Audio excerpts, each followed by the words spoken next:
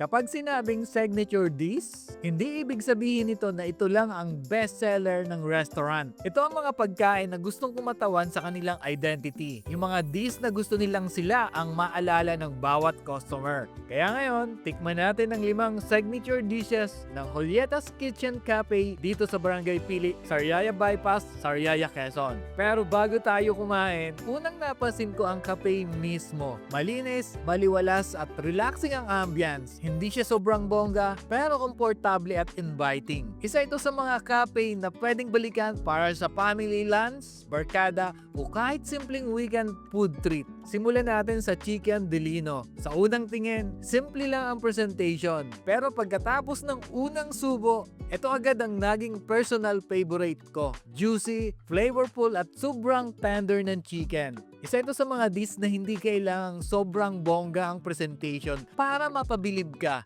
Fun fact, kapag tama ang pagmamarinate ng manok, mas tumatagos ang flavor at mas nagiging juicy at tender ang karne. Ito na ang pinakamaraming mapapalingon, ang crispy hanging canton. Hindi lang siya pang picture, crunchy pa rin ang noodles habang hinahalo sa savory toppings. At bawat subo, ramdam mo ang iba't ibang texture. May tawag dito sa culinary world, food chatter. Hindi lang kasi lasa ang importante. Kapag memorable ang presentation, mas nagiging exciting ang buong dining experience. Ito naman ang isa sa pinakaaabang ihain, ang volcanic boneless pata kare-kare. Habang binubuhusan ng sauce, talagang umaangat ang usok sa sizzling plate. Bukod sa wow factor, malambot ang pata, rich ang peanut sauce, at bagay na bagay sa mainit na kanin. At hindi lang ito para sa presentation. Habang mainit ang sizzling plate, mas lumalabas ang aroma ng pagkain. Kaya bago pa man ang unang subo, excited na ang panlasa mo. Ang harap nito. Kasunod naman ang laing. Creamy ang gata, balance ang lasa, at hindi overpowering. Perfect siyang ipares sa iba pang main dishes. Alam nyo ba, ang authentic na laing ay gumagamit ng tuyong dahon ng gabi. Kapag tama ang pagkakaluto, creamy ang gata at hindi makati sa lalamunan. At syempre, hindi mo mawala ang panghimagas, ang turon di kalabasa. Crispy sa labas, soap ang feeling, at sakto lang ang tamis. Hindi nakakaumay. Ito kaya kayo nila ay yari sa kalabasa. Yung kanyang sauce, kalabasa din. Ang creamy niya.